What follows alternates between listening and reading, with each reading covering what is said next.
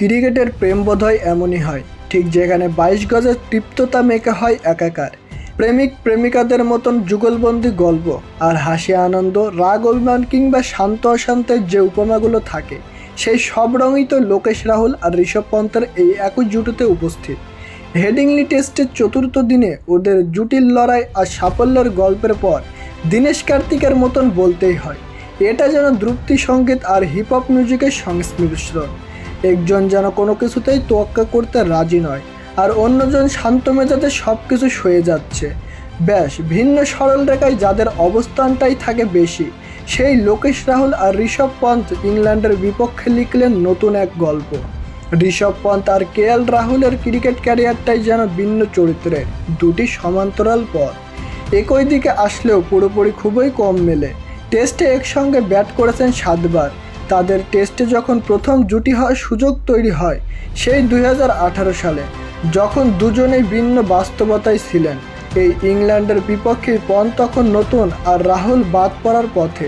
ভারতও সিরিজ হেরে বসেছে, হারানোর যখন কিছুই ছিল না, তখন সেই টেস্টে এই জুটি হাঁকিয়ে বসে 2 সেঞ্চুরি। আর যেই ম্যাচের পর পন্থের ক্যারিয়ার শুরু হয় আর রাহুল পান আর একটু বর্ধিত সময়।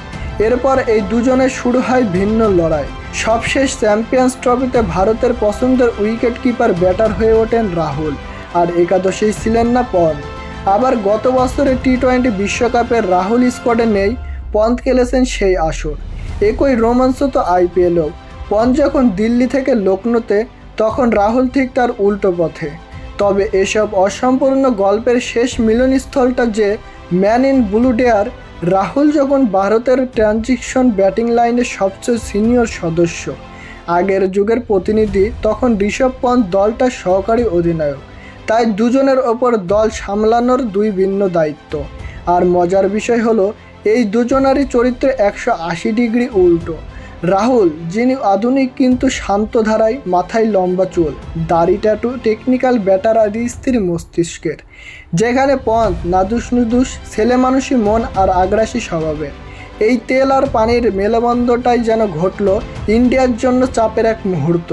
ভারতের দ্বিতীয় ইনিংসে জয়সওয়াল, সুদর্শন ও গিল দলীয় স্কোর 100 হওয়ার আগেই আউট। ভারত তখন মাত্র 98 রানের লিডে। ইংল্যান্ডের মাঠ তার চেনা দৃশ্যের উপস্থিতি হয়ে শুরু করেছে। ডিউক বলে মিলছে সুইং, বোলাররা বেশ ভয়ঙ্কর।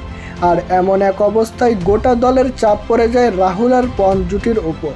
কিন্তু তবুও উইকেট নেমে পন্থ শুরুটা করলেন দ্বিতীয় বলেই 4 মেরে।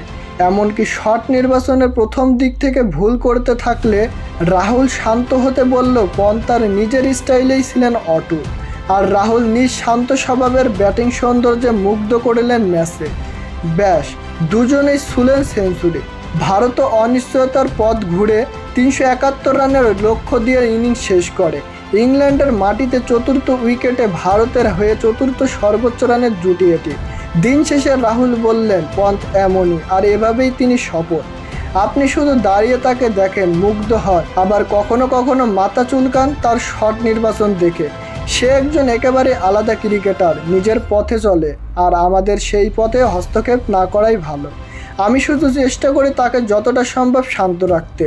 আর নিজের একটা পদ্ধতি আছে ব্যাটিংয়ের, যেটা আমরা কেউই বুঝি না, কিন্তু কাজ করে। টেস্টে সে 45 গড়ে রান করেছে।